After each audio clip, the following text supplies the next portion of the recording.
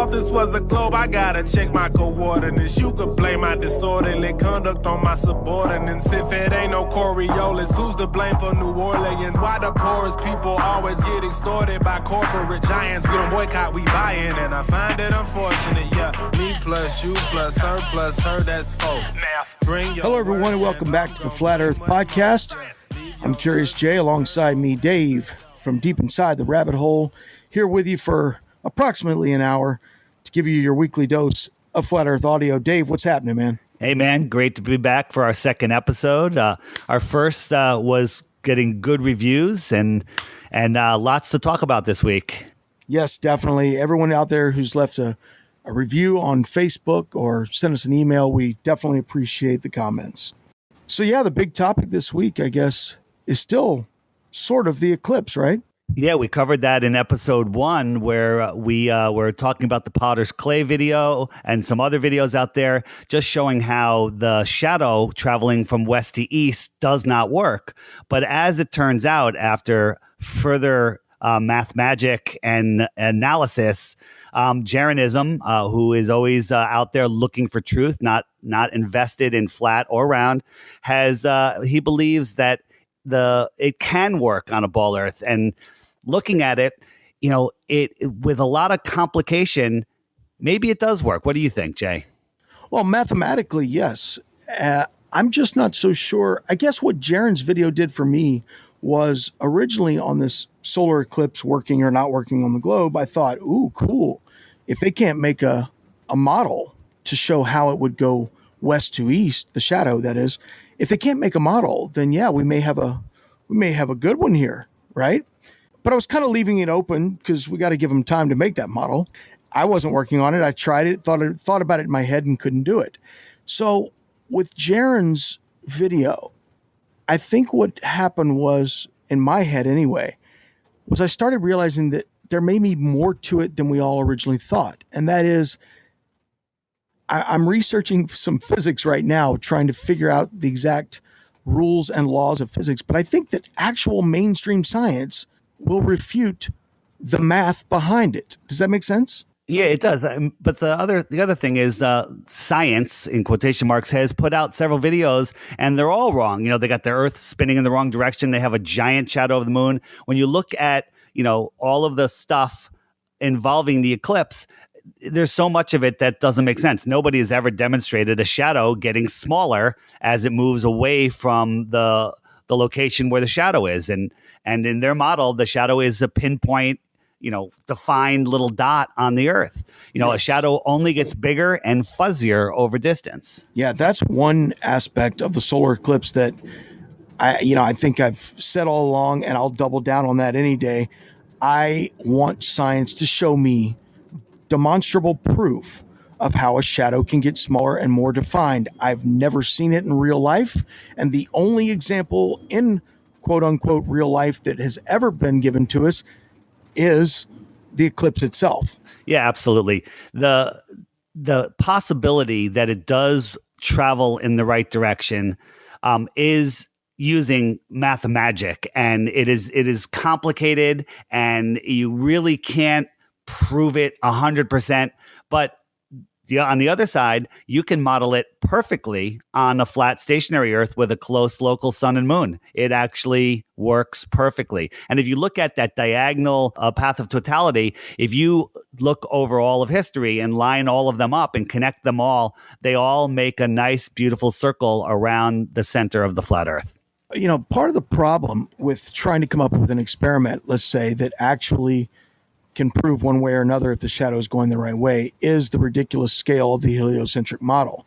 The other day I said, well, what if we did this, Dave? I said, what if we took like an outdoor train track, right? And a very large one, and we put a train on that train track, and in the center, the very center of the circle, we put a globe, a 1-foot globe, and the train passes around the diameter of the circle that the train's going in is 60 feet.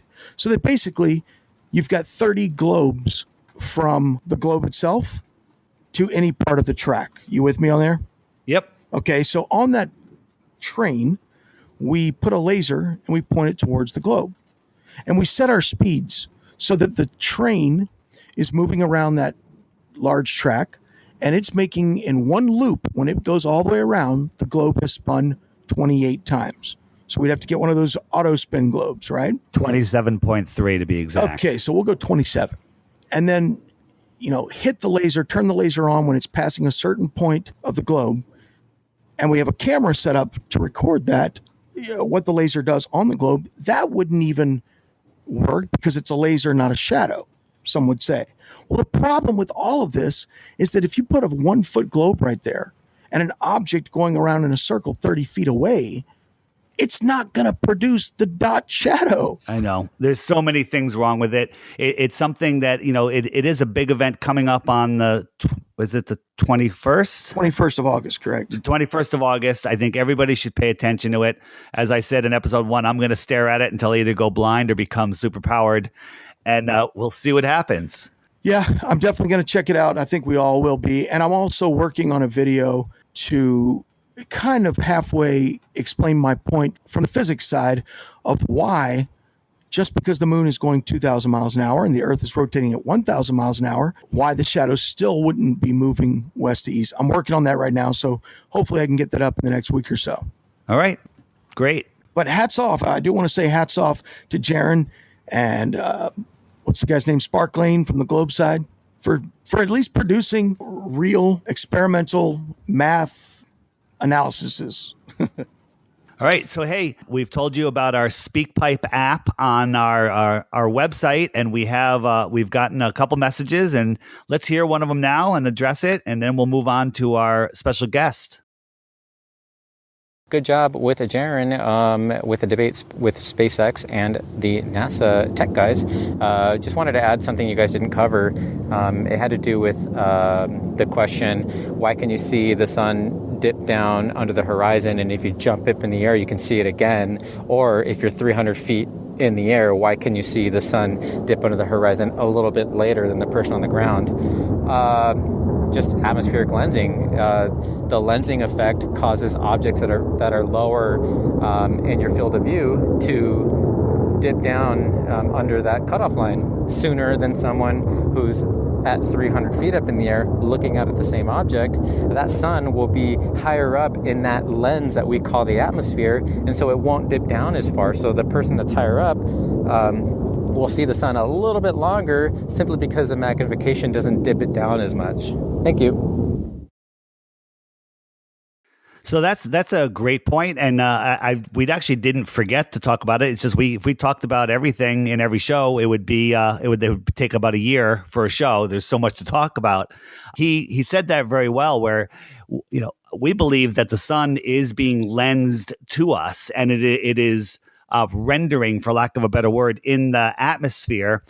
And so wherever your position is, that's where it's going to appear relative to your position. So if you're up higher, it's going to be up higher. It's just like if you're at a theater and somebody is standing up halfway between you and the stage and their head's blocking you. If you get up higher, you can see farther beyond where they are. And that's the same thing that happens with the sun, how it gets eclipsed behind atmosphere, mountains, or whatever I call the false horizon. Yeah, great analysis and a great call. We appreciate that from David. All right, excellent. So coming up after the break, we've got Marty Leeds on the line with us, Dave. Marty's a guy that I totally respect, love his work, love his videos. I think I even mentioned last week maybe that the litmus test, Marty Leeds' video, was one of the first ones that I'd really gotten into early on in my research. I know you're a big fan of his. He does, his research is so well done. He's so well read. He's so well spoken. The litmus test was one of the first longer videos, documentary style videos that I watched that really hit home with me. Marty's written books. He's done all types of video. He's into the gematria. He explains it better than anybody else. His use of the English language is so beautiful, the way he presents it, especially how he fits in 4-letter words more than anybody else. and they sound like poetry. Oh, he's like the master of that. He's a man. He like swears, and you're like, wow, that's like beautiful. That's like roses, coming out into the story. Use. Yeah. I mean, nobody complains about him swearing, and he swears so much in his videos, you don't even notice it. Yeah. So coming up after the break, we got Marty Leeds on the line with us, talk about his Flat Earth awakening, his thoughts on the litmus test, and so much more in the Flat Earth world coming up after this. Following announcement has been paid for by The Flat Earth Podcast.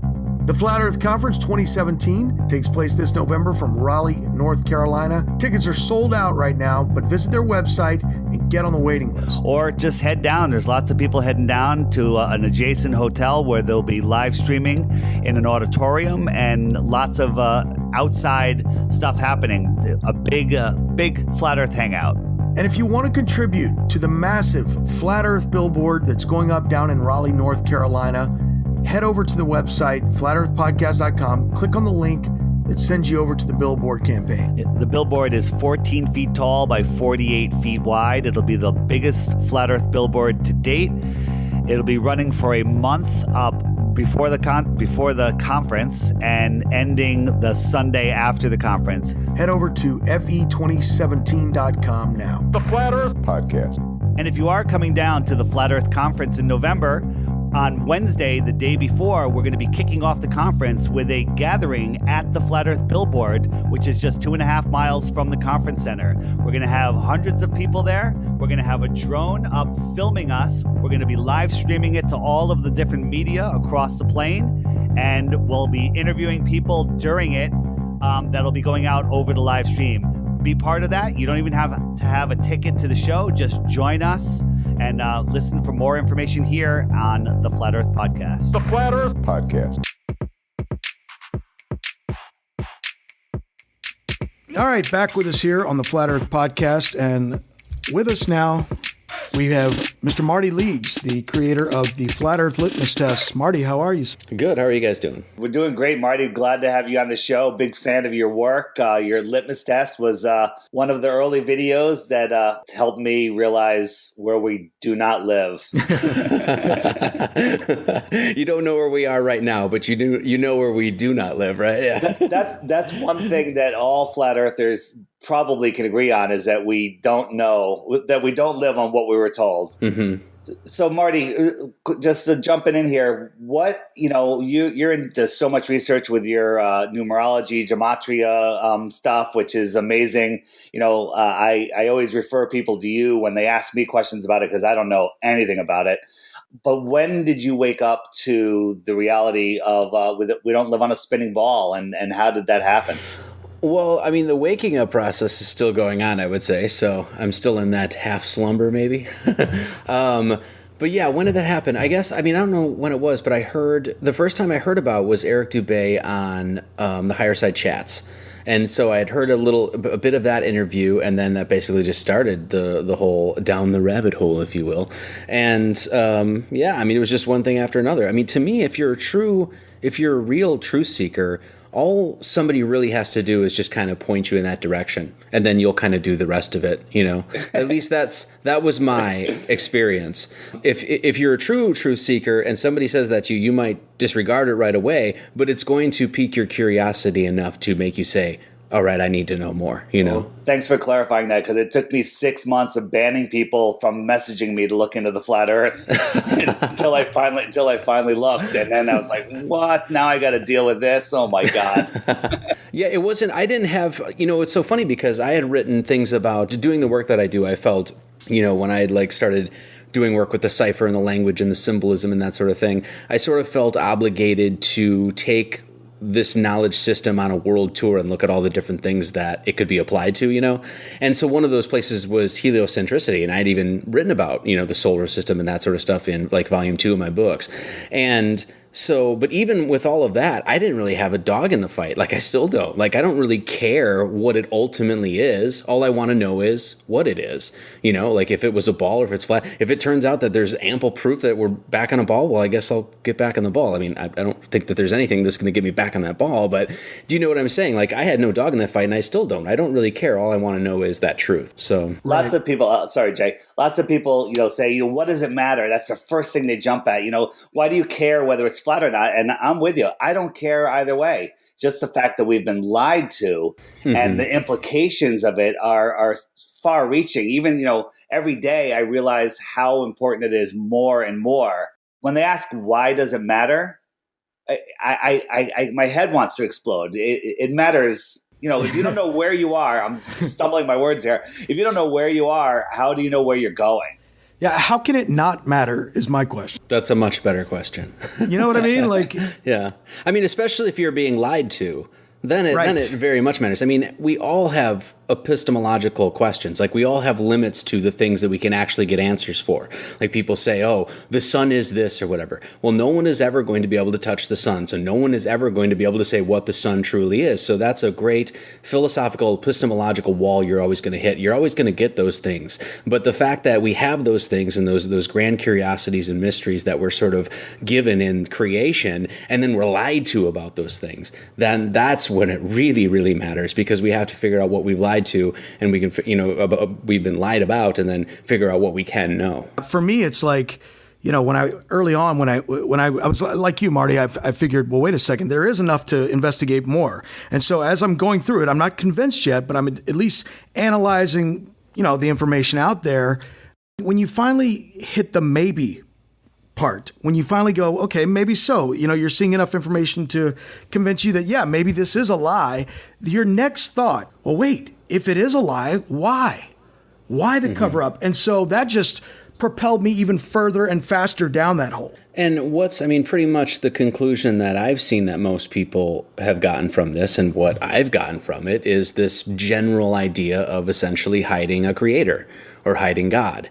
And therefore able to, if you can manipulate the entire cosmological storyline of creation, then you can manipulate why human beings are here in the first place. And so I think that's the general feeling that most people are getting with this, is that why are they doing it? Well, they're trying to play God, and so therefore destroy the idea of God in the mind of man through scientism, of course. In your litmus test, you have a quote in there that says something like, believing that you came from nothing, and then you're intelligent enough to question it. What quote was that?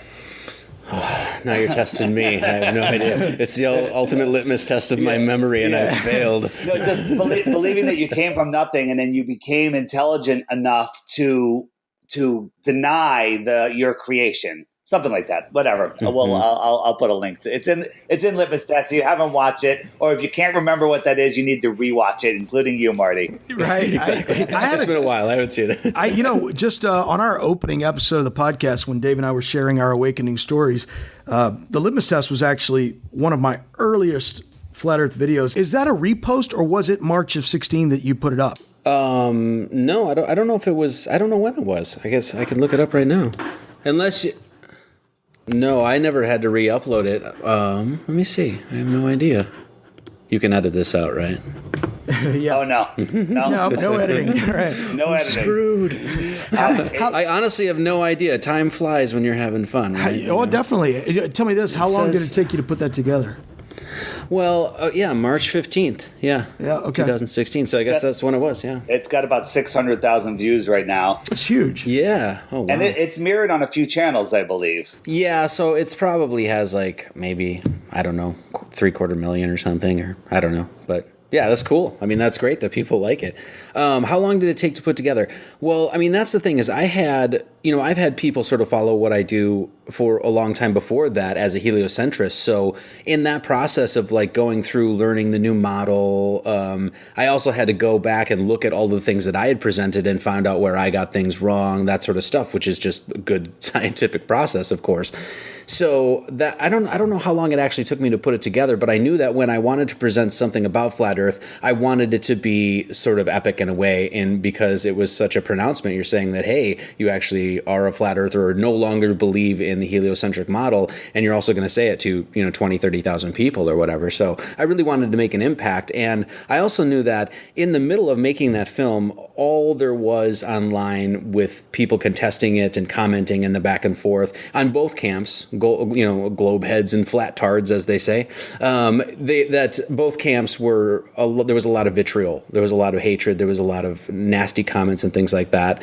And so I wanted to try to find some balance within that divisiveness. And so that was kind of what the whole goal was. So you're always very cautious. You and another one of my favorite podcasters, Crow777, of including yourself in the flat Earth movement or the flat Earth cult, as some people are calling it. I look at it for myself as I'm not part of anything. I'm just looking for answers, and I have a big mouth, and I'm out there, on many different platforms, talking to a lot of different people. So if you want to call that a movement, okay, people are waking up. There's the movement. What do you think about that? Yeah, I mean, I didn't join any club or anything like that. I mean, before this even came around, people always talked about the truth movement. Like, are you part of the truth movement? And I never really thought I was part of that either. I was just a guy that was investigating stuff and researching stuff and found a lot of things that made sense to me and helped me out in my own spiritual quest. And intellectual quest and growth and all that stuff. And I wanted to share those things. And so that purpose I've never deviated from that. And so when the people are saying, oh, are you part of the flat Earth committee or movement or whatever, I'm just kind of like, well, I mean, I've seen tons and enough evidence and information to clearly say that we're being lied to about numerous things, and that it absolutely very much seems to be flat. So, and that's just using the scientific method. So if that puts me in a camp, well, that's cool. After you heard Eric Dubay on Higher Side Chats, how long was it until you made the litmus test? Was it a couple months or? Oh, that was well, okay. So, I mean, I was doing a bunch of other stuff at the time too, like writing books and that sort of stuff. Also fell in love during that period too. So that was a whole thing. But I want to say maybe 8 months or something, or 9 months maybe. I mean, it was a while because I wanted to go. I mean, I spent 3 months solid for sure, just questioning everything, of course. And then it was the process of building the case and talking about enough things to make the case as to why I feel the way I do. So I don't even know. Like I said, time flies when you're having fun. So it's all a blur, really. How about your understanding of the lies of NASA, that NASA is complete farce? Did you know that a long time before Flat Earth, or were you a retard like myself that didn't know it until after I was a flat earther? That's so strange because I did not trust NASA before, but I did not question that the amount of how much I did not trust them, I guess is what I say. I never believed that we went to the to the moon. Yes, same right? here. I just never. I mean, as soon as somebody showed me that, I was like, "That's bullshit," right? And then, as far as Mars rover, I remember the first time I saw a picture of that, and I want to say it was either on Time magazine or it might have been Newsweek or something like that. This was a long time ago when they first said that they landed. I immediately saw that and I was just like, that's garbage, But I just assumed that this was another branch of the government that they were filtering money through to do whatever sort of nefarious shit that the government likes to do, right? But little did I know what their true purpose was and how occult really those organizations are. That's really been shown to me now about how when these branches of the government have been started, who they were started by, and then what their history is. So I'm right there with you, Marty. I was never at the, NASA is the occult. I was never at that level. But prior to Flat Earth, I was convinced that the moon landing footage, at least, was fake. Because I always said to myself, there's no way they would broadcast this live on television. There's too much that could go wrong. So they pre-taped it, and maybe they did go to the moon, but it's not, the footage we've seen is not legit. And so I always, I guess, reconciled that. In other words, yes, they're lying, but it was for a good reason. So it's kind of right in between you and Dave as far as that goes. Yeah, but it didn't take much to convince me that they're lying about the Earth. You know what I mean? Yeah, for sure. Yeah. I was just reading an article about the Mars rover and why it's still working, and that they're now saying that the panels are getting cleaned off by something every once in a while. Like they're implying that there's alien life on Mars washing the solar panels. Yeah, of course. Well, my question is how are they transmitting from Mars? Because I got a text just before the show, and I thought it was the end of the world from Jay. It said, "I've had the worst 2 hours ever." And his Wi-Fi had gone down, and it was just like the most horrible thing. He was on the phone with the cable company, and just wondering how they deal with that on Mars. It's Mars, Arizona, or something. They are wherever it is. I'm in Los Angeles, and my Wi-Fi goes out, but yet they can send 4K pics and video, from Mars and back with no problems. Amazing. That's the kind of wizardry you get from NASA. That was always the joke back in the day too. Like if they had some like crazy good technology, it was always like, oh man, you got some of that NASA shit, right? Yeah. And now it's like, oh no, they're just completely lying about everything. It's just wizardry. That's all it is. I was a NASA apologist, just like Jay. Like they didn't show us the moon landing live because they didn't want us to see the real technology. I would make up any excuse. My memory foam mattress is because of NASA. They're doing good. They're doing great stuff for us. And I've told this story before, but I was in a flat Earth discussion, and someone mentioned NASA, and I'm like, what? What do you mean? And then it took me 10 minutes just after looking. Most people just don't look. We're all trustworthy souls, and we can't imagine that people would lie to us like they do. Yeah. That's a great question that I ask a lot of people. In the litmus test video, I know you mentioned one that I also ask people, and that is, does the moon rotate on its axis? I'll ask people that all the time, and no one ever has a clue unless they've looked into this, of course. But the other question I always ask people is, real quick, it should be no problem. Go ahead and give me the top 5 things that comes to mind that NASA invented that's made our life better. Velcro, memory foam. No, that's it. Tang, the drink.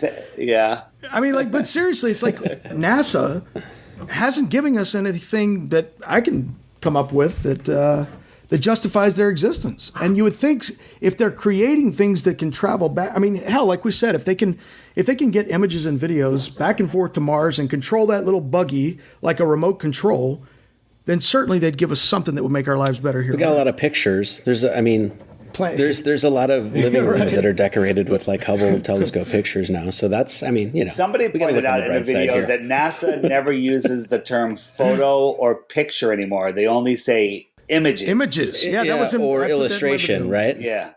I put that in the Right Now video, Dave. Oh, that's where I saw it. Yeah. Right now, we should be asking NASA why they don't use the words photograph anymore.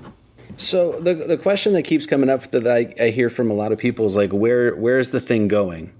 Because it's already gotten worldwide, global attention, really, because how many celebrities and that sort of thing have talked about it. Neil deGrasse Tyson's addressed it on, Comedy Central or whatever. Like, where do you guys see this going? Do you ever think it's going to get off the internet, or is this going to just end up being a bunch of kooks and cranks on the internet? Jay, go first, Dave. You go first, because you're not going to like my answer.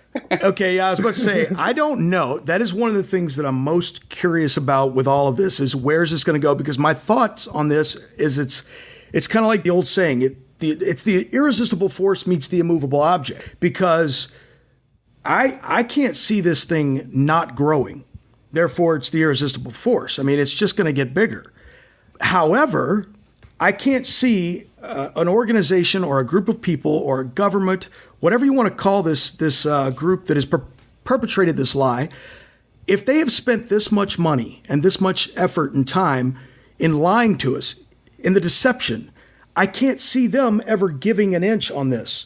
They're never going to admit it. They're never going to come clean. So that's the immovable object. Yeah. And I think we're living in such an incredible time right now because I don't know where this is going, but it's going to be pretty interesting to see. My take on it is, it's the red pill, blue pill. Once you see flat Earth, you can't unsee it. Nobody becomes a flat earther and then goes back to the spinning ball. There's one or two weird, circumstances. Tiger Dan, he's the anomaly. But hang on. Tiger Dan disappeared. He's gone. We haven't seen him. Once he flipped, nobody ever saw him again. We never saw his face. I don't believe it was even him, or, if he was being tortured just like he said he would be. Did you see the video I did on that where I took his clip where he said, if you ever hear me say the earth is a spinning ball, no, I'm being tortured. Oh yeah, that's right. That's right. I pray for the guy. I don't know what happened to him, but that's a whole other thing. But once you see flat earth, people are waking up more and more. Now, you mentioned flat earth to somebody a year or 2 years ago, and you would just get laughed at. Now they respond back with questions. I don't know if you've noticed this. People are like, I've heard that. People are hearing flat earth so much now. The president's saying it, and it's on the news, and there's billboards up. A Stranger's Guide to Flat Earth billboard. Check it out on GoFundMe. I think that the flat earth is bigger than all of the other deceptions. 9/11, Boston bombing, everything. It is the one secret that if it gets out, they lose control completely. So the people, and I'll use that word in quotations, that are running the plane are psychopaths. And if we get them into a corner where flat earth is going mainstream, they're going to flip the table over, because that's what a psychopath does when they're cornered. So I can't imagine them letting it go. But with that said, I also believe that they need us to create their reality. They condition us to have the thoughts to create the world that they want. And if people wake up and disconnect and stop giving them our power through fear and hopelessness, that they have no control over that. So the question is, will enough people wake up quick enough to stop them from flipping the table over? I guess my follow-up question to both of you on that is, not to be a downer, but do you guys think that they would actually take the internet away? And I don't mean the entire internet, but start really censoring the internet.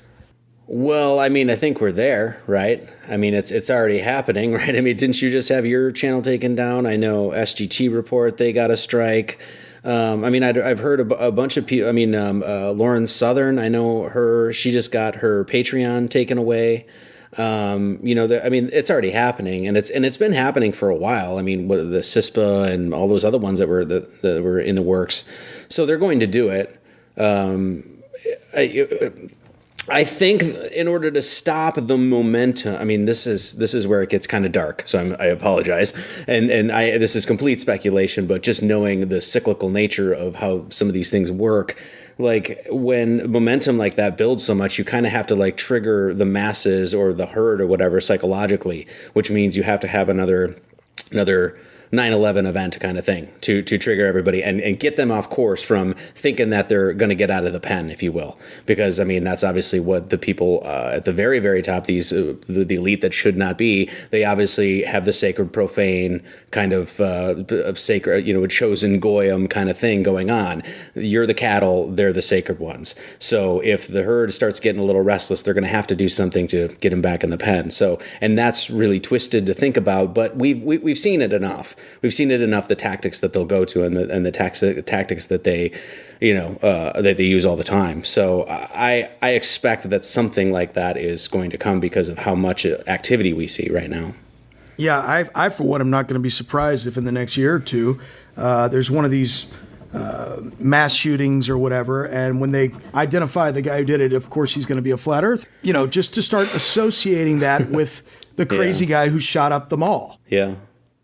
And I hate thinking like this, I want to be more positive. I want to be, I want to project goodness onto the world, and I want to paint my future in better. But we can't do that. We actually have to deal with the reality of the situation because these people are still moving the gears and the levers behind the scenes. So I don't want to say these things, of course, and I don't think anybody wants to hear them.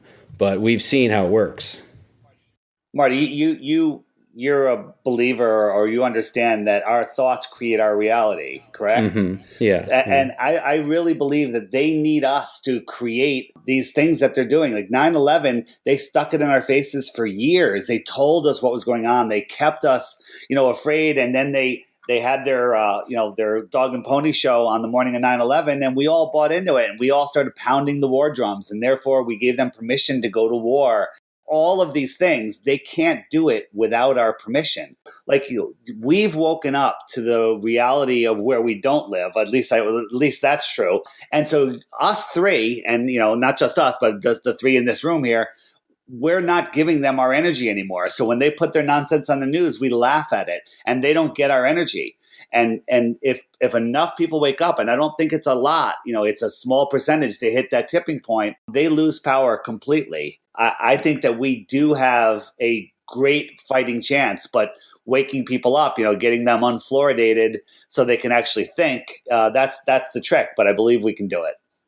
Yeah, so this is the struggle I always have with being surrounded by, and finding people of your ilk or whatever and talking to them, is that I have seen so much, and I'm so guilty of it, of just thinking that, we all live in these sort of echo chambers and bubbles, and it's like we look on, when I was on Facebook, I would look at my Facebook feed and I'd be like, look, all these people are woke, they're all, they understand the false flags, they understand what's going on and stuff like that. But that's just that very small sample of people that are out there. And I recently went to Colorado. I live in Eugene, Oregon right now, and I went to Colorado and I visited some old friends. And my old friend, these are guys from high school, and they're great guys, fucking great guys, right? I love them. We hung out, partied. It was great. But they're just not into any of this. None of it. None of the conspiracies, not even some of it, not even 9/11. They've heard, whispers here and there, but other than that, they haven't gone down those roads. And I realize that is really a majority of the people, that they're not even going to turn their head with flat Earth. So once again, I don't want to think that way, but when you have those real life experiences, it's just kind of hard to. Yeah. No, I totally you get what I'm it. saying, right? Yep. Yeah. It's depressing sometimes. I'm all positive. Wow, all these people are waking up because those are the people I'm hanging out with. Mm-hmm. But then I go out into the public and I look around. Last night my son took me to a Fish concert at Madison Square Garden. Nice. How was that? And the music was great. They're great. But I turned around during a song and I looked back through the crowd, and I was on the floor about 2/3 of the way up. And I just looked at all of the faces and I realized none of them know anything about where we live. None of them know 9/11 was fake. I just looked and I saw how venues of like this are really just control mechanisms. They're distractions, sport. I used to have season tickets to the Jets. And now I couldn't even imagine caring about a football game.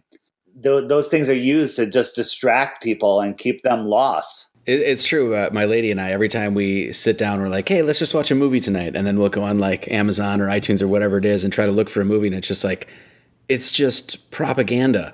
Just pure. And now that I see it, it's just like, I can't even watch any of it. And I actually want to. I just kind of want to like zone out, not think about shit for a while and just take in a movie. And you can't even do it because, the last time we looked, it was like all the movies were war movies or space movies.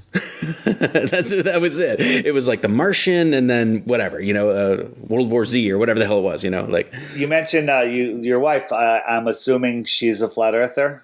Yes, she is. Yes.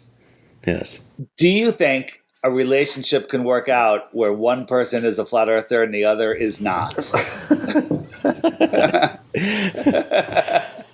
Most relationships now don't work out, so I have no idea. I'm just glad mine is. Let's just say that. a lot of people have been asking. A lot of people have been talking about that. One person, one flat earther, broke up with his girlfriend over it. I'm sure it's going to happen more and more. I would say on the hopeful side, if you're a flat earther, at least you could hope that your spouse one day will see the truth and then wake up. Yeah, I'm going to follow up Marty's. I'm going to go even further and just say no. Heck, we've got like a 60% divorce rate in this country. Yeah. And that's before the ball flat thing started.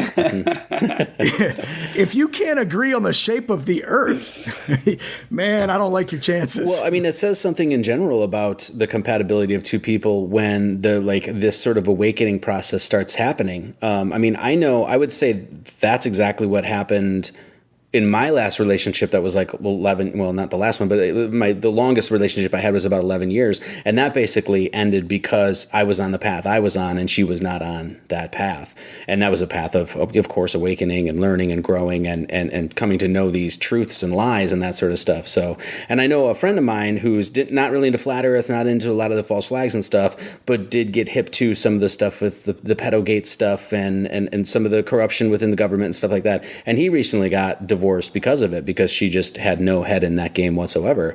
So it is interesting how truth seeking can really separate, people that thought that they were compatible at one time, I got a question about the litmus test, Marty. Yeah. One of the things that I love about that video and watching it today reminded me of how well organized it was, great introduction. You set it up with the intro, then you gave the points that you were going to cover, then you cover the points, and then you do your conclusion. It actually reminded me of taking speech writing back in college, the way it was outlined so well. My question is there anything that you've come across since then in the flat earth world that you would have loved to have put in there that you didn't? Oh, all sorts of stuff, really. Basically that happens every time I make a video. Really, like I'll make a video and then think I'm dotting all my I's and crossing my T's and all that stuff. And then you put it out and then immediately like, oh shit, I should have done that. I wish I would have added that. And that pretty much happens every time, but that's just being a perfectionist and whatever. At the end of the day too, like when I feel like I was like, I kind of have a little regret. I wish I would have said this, or wish I would have clarified a point or something like that. It's like, well, all of those double checks and stuff like that, I think would happen more if guys like me or guys that are doing this sort of stuff could actually be paid to do it. Do you know what I mean? And actually had a budget behind us and people and double checking. I mean, I'm making all of this stuff at home and on a Mac computer with no budget, no one to double check, no one editing, no one doing anything. It's all me. So anytime you do something like that and take on that much work, you're going to make mistakes. You're going to that sort of thing. And so that just comes with the process, Just like you, my girl and I, we try to go to a movie and it's so difficult to find something to watch.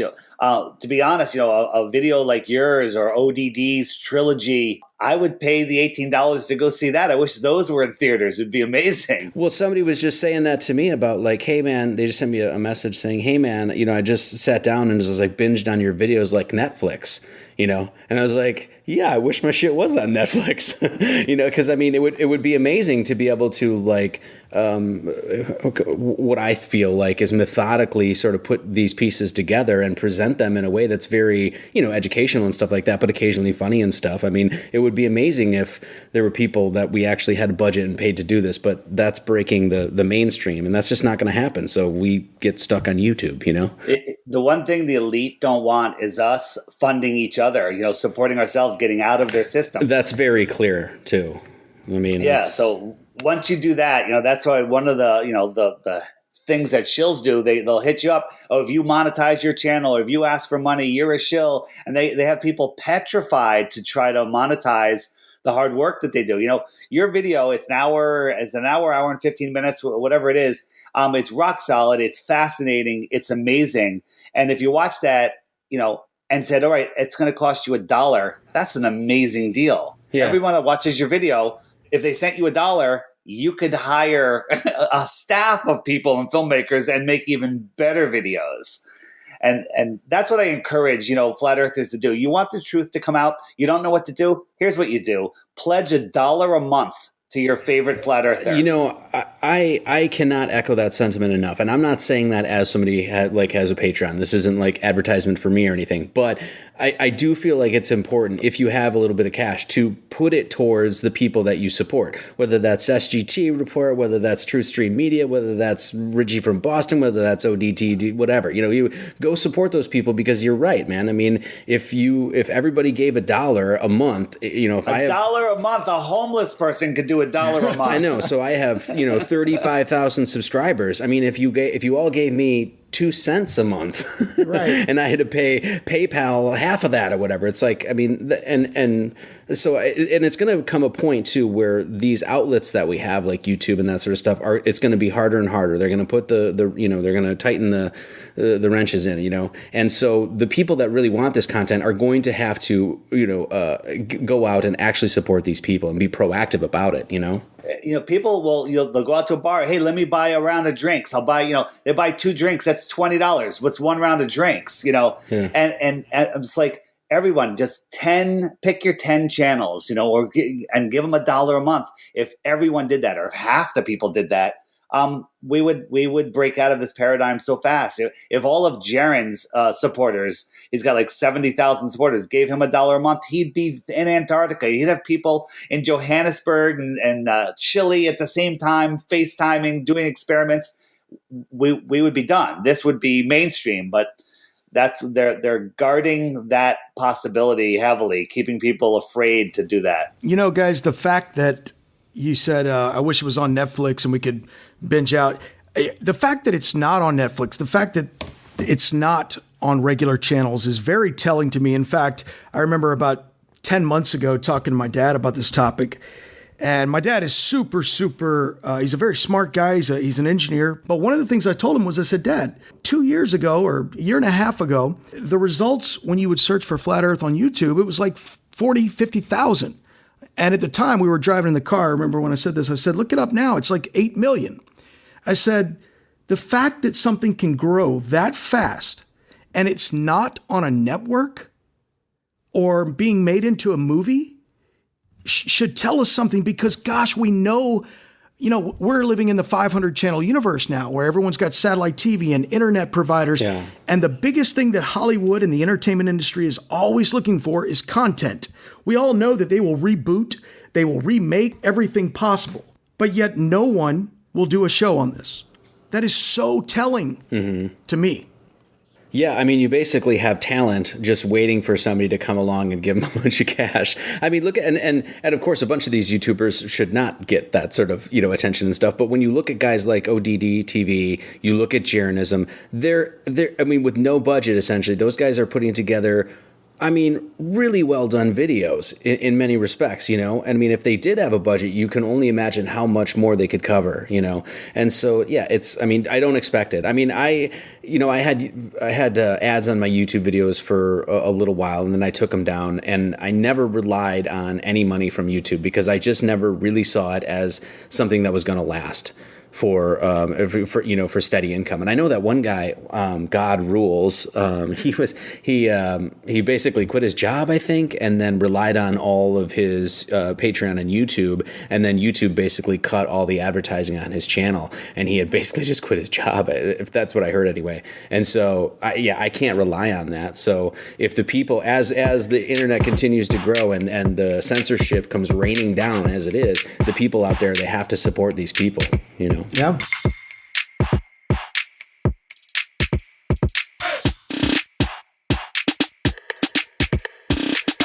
Following announcement has been paid for by The Flat Earth Podcast. You want to leave a digital voicemail for us? Head over to theflatearthpodcast.com and click on the blue link that reads, got a question? Send us a message. You can do it from your iPhone or from your computer. First time you do it on your cellular phone, you'll have to download a little app. But after that, you can leave us all kinds of messages. If you want to be anonymous, you can make up a name, make up an email address. We don't care. We just want to hear what you have to say. We'll do our best to play or answer these questions and comments on future episodes right here on the Flat Earth Podcast.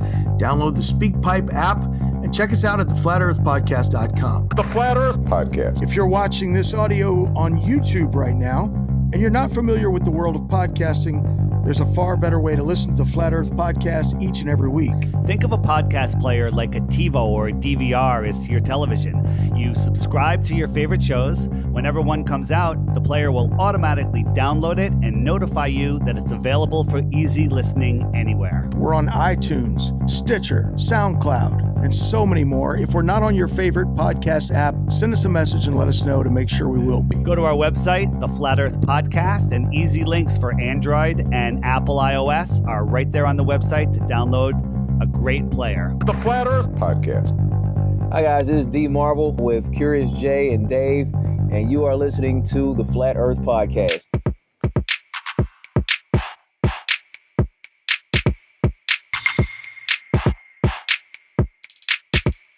So many of these researchers are getting, if Jarenism puts out a video, he usually gets 20,000 views each video. And if he's doing a couple of those a week, I mean, that's a lot of people viewing. I mean, I guess maybe it's a lot of the same people, but either way, I mean, it's a market that you could push. So, but I mean, they got too much money spending on propaganda and all of that. So right now, there's that we're aiming this podcast hopefully to a lot of people that are just new to flat Earth. If you were meeting somebody that said, "Hey, what's up with this flat Earth business?"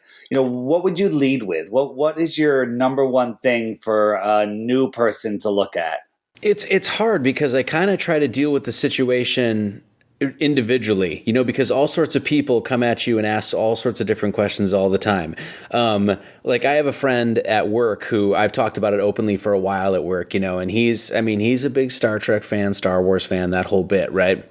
And I've talked about it and I've just continued to talk about it. I haven't pushed it or whatever, but I've just, made little jokes here and there and pointed out inconsistencies and that sort of stuff. And I got him the other day I came into work and he's like, as a heliocentrist still, he's like, dude, I watched a half hour of the ISS feed.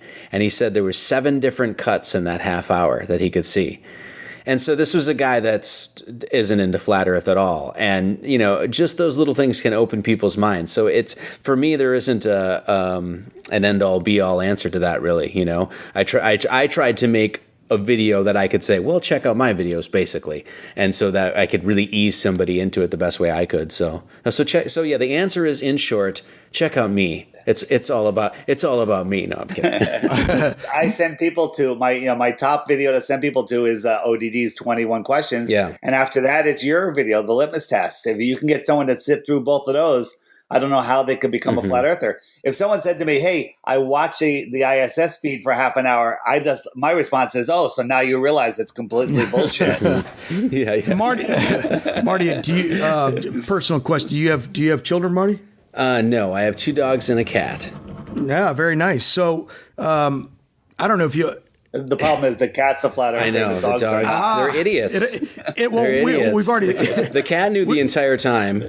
Yeah. The cat watched me go through the whole process and was laughing her ass off. Yeah, it'll never work. It'll never work with them. What would you suggest for parents out there who have looked into the flat Earth and now they have to watch their kids going to school being indoctrinated with the other side? Got any suggestions for parents out there? Well, I mean, that's the big question about what's going to be done about the educational system, right? Because it's not just something like flat Earth. I mean, we can go to Common Core, we can go to all of that. I mean, my lady and I, we don't have kids, we don't plan on having any kids, but I've got friends that do, and we talk about all the time. It's like, if I had kids now, what would be our course of action? Like, how would we raise them? The vaccination, the forced vaccinations, all of that sort of stuff. So I mean, like you said, it's like we're the immovable object and we're about to hit it, and we're hitting at it on so many different levels, and the education system is one of them. So, I don't know. I mean, Dave, you said you have a son? I have a older son and daughter. My kids are in their upper 20s. And they know all about this? They're aware. They know that we don't live on a spinning ball, but they keep a little quiet about it. But they are telling their friends. Like my son, he moved out to Utah, and he said, "Hey, Dad, I need one of those NASA shirts because I have NASA Live shirts." He goes, "Because on Wednesdays everybody wears NASA clothing." He goes, "So I have to straighten them out." And he's been waking his office up to the flat Earth, so that's good news. That's cool. Yeah, that's cool. But by the way, because if they weren't flat earthers, I'd have to get rid of them. Yeah. Disown them. My kids are actually, I'm not at that point. My kids are still very, very young. And it's been quite a burden on me to be learning all of this in the last couple of years and simultaneously watching my kids be fed the opposite like we were. And that's probably going to be my question to every guest. You got any suggestions for the parents? Yeah. My girlfriend has a daughter that's in high school. Actually, just graduated high school. But I used to always tell her, "Hey, go to in science class, just raise your hand and object to everything they say. And if they fail you, I'll take you and your friends out for ice cream." Very nice. I'm just kind of wondering when the parents won't have to do any of the work anymore, that basically the kids will start seeing a lot of this stuff at an earlier age and start asking more questions. I mean, I don't know. When I was young, I was full of piss and vinegar. I was extremely rebellious. And I can only imagine if something like this came along at that time, it might have changed the course of who I was, you know? Yeah. So it's going to be interesting to see. Because if the kids start getting hip to this, then that's really what changes the future, you know? That's exactly what I brought up last night on Jaron's call-in, his live call-in, was should we be considering targeting this information to a younger group? You know, to the 12 through 16-year-olds. Mm-hmm. And how? I've done it. It's quite fun. Yeah. Awesome. Well, Marty, it's been awesome having you on. Can we expect a Litmus Test Part 2, a sequel? No, because I mean, I'll cover Flat Earth again for sure, but I've scripted a bunch of videos and topics that I want to talk about. And so, I mean, there's just a whole host of things that I want to cover. So it'll be a little bit before I get back to anything particularly Flat Earth, unless something comes along, of course, that changes. Of course. But I'm also, I'm sorry, go ahead. No, I was saying you recently did a video questioning, saying, forget all the other nonsense. Where's the curvature? Exactly. Yeah. And that's a great video. Everybody should check it out. Marty Leeds 33. But go ahead, Marty. Yes. What was I saying? What the hell was I talking about? So I'm also basically making an amalgamation of essentially 10 years worth of work into a book. So I'm also compiling a whole bunch of stuff, 20 new chapters and all of that. So I'm kind of doing that as well. So I'm interspersing videos in that. So, and I also have a record coming out soon. I did an instrumental record of a bunch of music that I had made for all the videos on my channel. And so I'm just putting that on a record and throwing it out there. So that's coming out.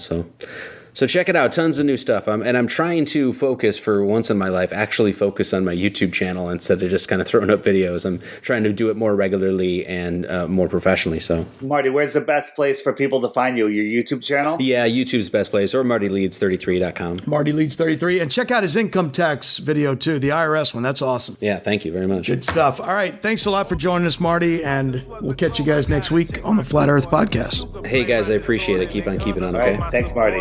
If it ain't no Coriolis, who's to blame for New Orleans? Why the poorest people always get extorted by corporate giants? We don't boycott, we buy in, and I find it unfortunate. Yeah, me plus you plus her, that's four. Now bring your worst, and I'm gonna bring much more. Yeah, leave your nerves, your skirt both at the door.